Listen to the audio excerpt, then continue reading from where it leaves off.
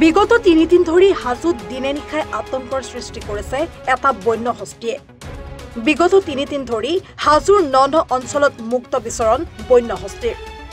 ঢাল নাই তৰোৱাল নাই নিধিৰাম চৰকাৰৰ ভূমিকাত হাজোৰ বন বিভাগ। ব্ৰহ্মপুত্ৰৰ বাহনী পানীত উটি অহা এটা হাতীয়ে সন্ত্ৰাসৰ সৃষ্টি কৰিছে হাজোৰ বিভিন্ন অঞ্চলত। প্ৰথমে লাজ শ্ৰীহাটীৰ ৰামদিয়াত সন্ত্ৰাস সৃষ্টি কৰাৰ পিছত আজি হাজোৰ পাখামেলা হাততলা আদি অঞ্চলত সন্ত্ৰাসৰ সৃষ্টি কৰে হাতীটোৱে।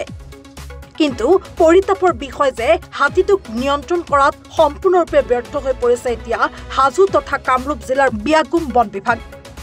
বিগত 3 দিন ধৰি বন বিভাগে হাতীটোক ইফালে সিফালে খেদি লৈ ফুৰিছে যদিও নিয়ন্ত্ৰণ কৰাত সম্পূৰ্ণ ব্যৰ্থ হৈছে হাজো আঞ্চলিক বন বিভাগ। 3 দিনে মুক্ত বিচৰণ কৰি ভাগৰুৱা হৈ পৰা গজৰাজক টেংকুলাইজ কৰিব নোৱাৰি অসহায় হৈ পৰিছে এতিয়া বন বিভাগ। আমি শুনিব পাইছোঁ যে যোৱাকালি হাতীটো ৰামদিয়াত ওলাইছিল। ৰামদিয়াৰ পৰা হাতীটো কেনেকৈ হাজো পালে সেইটো অলপ চিন্তনীয়ৰ বিষয়। কাৰণ আমাৰ ফৰেষ্ট ডিপাৰ্টমেণ্টে যোৱাকালিৰ পৰা হাতীটো পৰ্যবেক্ষণ কৰি আছে যদিও হাতীটো এতিয়ালৈকে কোনো ধৰণৰ ব্যৱস্থা কৰিব পৰা নাই। হাতীটো আমাৰ এতিয়া হাজোত আহিছে, হাজোৰ মানুহৰ বহুত আতংকময় পৰিৱেশ হৈছে। কাৰণ হাতীটো কোন মুহূৰ্তত কি ব্যৱস্থা লয় কোনো একো ক'ব নোৱাৰে। কাৰণ হাতীটো যদিও শান্ত হিচাপে আছে কিন্তু আমি ক'ব নোৱাৰোঁ হাতীটো কেতিয়া উগ্ৰ হয়। আৰু মানুহৰ সমাগমটো লাহে লাহে বাঢ়িব ধৰিছে।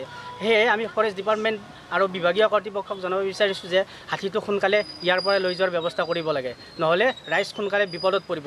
আৰু লগতে এটা ৰাইজলৈ অনুৰোধ যাতে হাতীটোৰ কোনো ধৰণৰ ক্ষতি নহয়, তাৰ কাৰণে ৰাইজেও যাতে অলপ আঁতৰি থাকে হাতীটোৰ পৰা।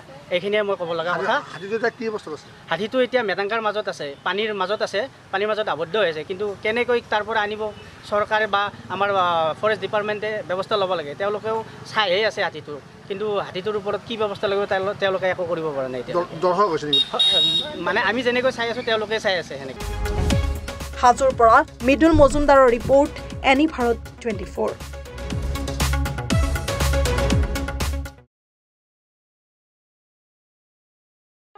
ৰব, আপুনি যে এটা অপৰাধ কৰিবলৈ গৈ আছে, আপুনি জানেনে? এই নাবালিকা গৰাকীক এতিয়াই বিয়াত বহোৱাটো যে এটা অপৰাধ, আপুনি জানেনে? অপৰাধ কেনেকৈ? মোৰ ছোৱালী, মোৰ কথা। তুমি যিয়েই নোকোৱা ভূঞা, 18 বছৰৰ তলৰ যিকোনো কন্যা সন্তানৰ বিয়া দিলেই আইনগতভাৱে এক দণ্ডনীয় অপৰাধ। বিয়া দিয়াজন যিমান দায়ী, বিয়া পতাজনো সমানে দায়ী। এতিয়া তাই পঢ়া শুনা কৰাৰ বয়স, খেলা ধূলা কৰাৰ বয়স। তাইক খেলিবলৈ দিয়ক, পঢ়িবলৈ দিয়ক, আৰু চাব এদিন আপুনি তাইক লৈ গৌৰৱ অনুভৱ কৰিব পাৰিব।